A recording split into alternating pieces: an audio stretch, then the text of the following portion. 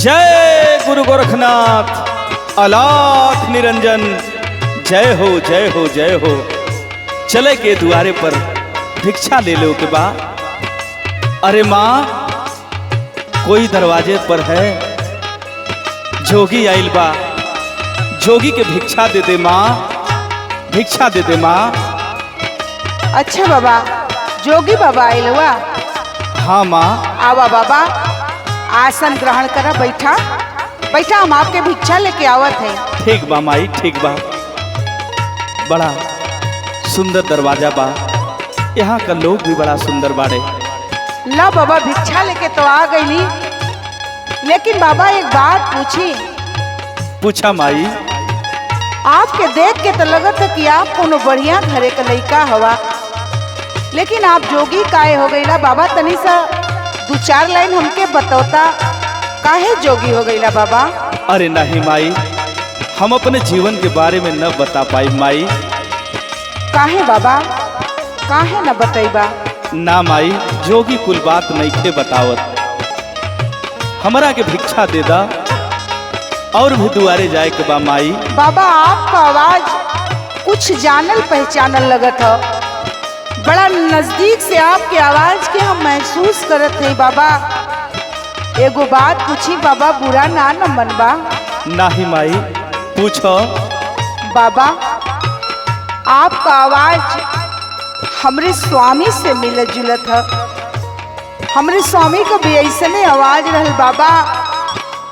हम के भरम तनाना होता, ऐसन तनाना कि आप हमार स्वामी हवा। अरे नहीं माई, हम तोहार स्वामी नहीं खे, हम जोगी बानी, जोगी बानी रे। ए जोगिया के भिक्षा दे दे माँ। हम सब समझत हैं, सुना। बोलो। तोहरे जियत मांगी कैसे नुरवा ना धोआई हो। सुनत हवा न स्वामी? अरे माई, स्वामी कह के हमके पाप को भागी मत बनावा।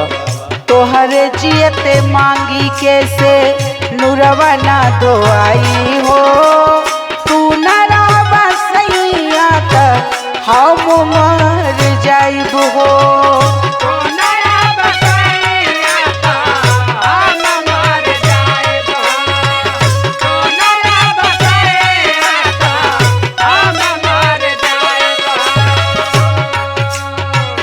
अरे माई, अरे जोगिया के ऐसन लांछना मत लगा। माई माई कह के हमके पाप का भागीदारी बनावत हुआ न स्वामी। हम तोहार स्वामी ना, हम तो जोगी बानी माई। ए दुनिया में चेहरा लेखा चेहरा मिलेला, आवाज लेखा आवाज होला, हम जोगी बानी। सुन, ऐसे बोली माई जनी काढ़ा करे जाहो। ऐसे बोली माई जनी काढ़ा करे जाहो। देख के गुदरिया आज हमरा के भेजा हो। ऐसे मत कह स्वामी। आपन अचरा दे दा माई, हमार जोग पूरा हो जाई।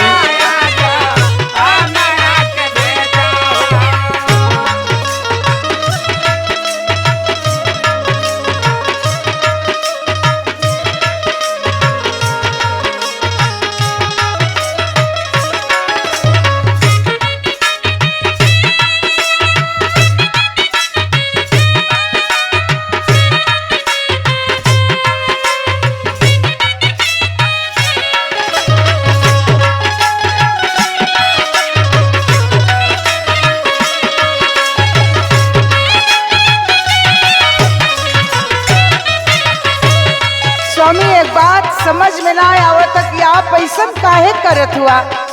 आखिर कौन ऐसन बात बा, कौन ऐसन तकलीफ बा, कौन ऐसन दुख आपके मिलल जो पूरा परिवार के विसार के आप चल देला जोग रमावे सैया? केहू का कोनो कसूर ना रहे माई। सुना सैया, कौन कसूरवा के साजा हमके दिहला।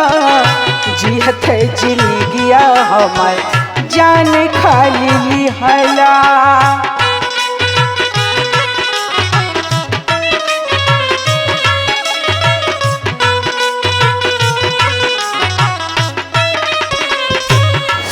वाला स्वामी। बोला माई। ऐसा कौन गलती हमन से भइल जेकर सजा इतना बड़ा हमन के देला स्वामी? अरे माई हमरा के स्वामी मत बोल रे। मत माई कहा स्वामी, मत माई कहा। कौन कसूरवा के सजा हमके दिहला, जियत जिंदगिया हमर जान खाली लिहला। ई हमार सांस चलत जरूर है स्वामी, लेकिन घुट घुट के जियत है स्वामी। आपके बिना ये जिंदगी एकदम पहाड़ हो गई है स्वामी। स्वामी है जो उतार दही स्वामी। ना माई, सब मालिक पूरा करी है। सुना स्वामी। बोला। दिलवा के दर्द अपन, दिलवा के दर्द अपन कैसे सुनाई हो, दिलवा के दर्द अपन कैसे सुनाई हो। तू न रह सैया त हम मर जाइब हो।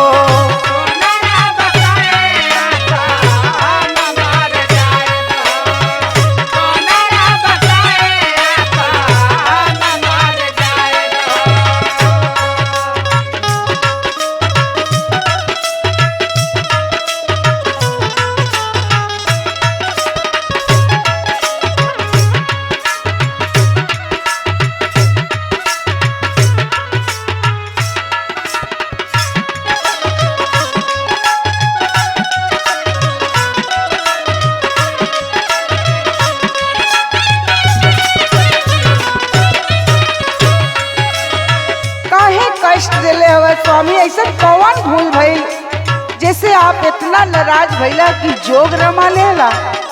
हमरे कर्म में जोग रहल, हम अपने आप के न रुक पौली माई। सुना।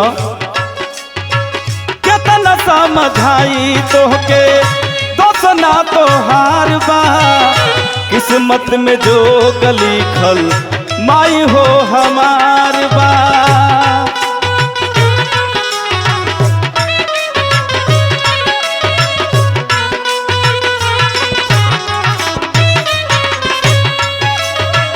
स्वामी ऐसा मत कहा स्वामी, आप एक एक शब्द बाण के लिए चुभत हो स्वामी, ऐसा मत करा। नहीं माई, अब ये माया के नगरी के हम छोड़ देले बानी रे। ये माया के नगरी में हम न आ पाई माई। ना स्वामी ऐसा मत कहा स्वामी। सुना। बोला स्वामी। कितना समझाई तोहके दोसना तोहार बा, किस्मत में जो लिखल माई हो हमार बा। ए मोह माया के तेजा माई, हमरा के भिक्षा दे दा माई। सुना। विवेक पार मोदक माई आबो से तेजा हो। हमसे ना हुई स्वामी। सुना माई। विवेक पार मोदक माई आबो से तेजा हो, देख के गुदरिया आज हमरा के भेजा हो।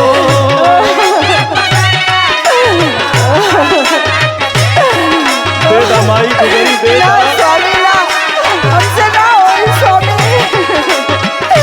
ई माया के नगरिया कठोर बा माई हमरा बदे। मान जा स्वामी। ना माई। जा छोड़ के स्वामी। हमारा रास्ता अलग बा, तोहार रास्ता अलग बा। मान जा स्वामी, मान जा, मत जा मन के छोड़ के स्वामी। ना माई ना, हम ना रुक पाई बे माया के नगरी में, हमरा के भिक्षा दे दा।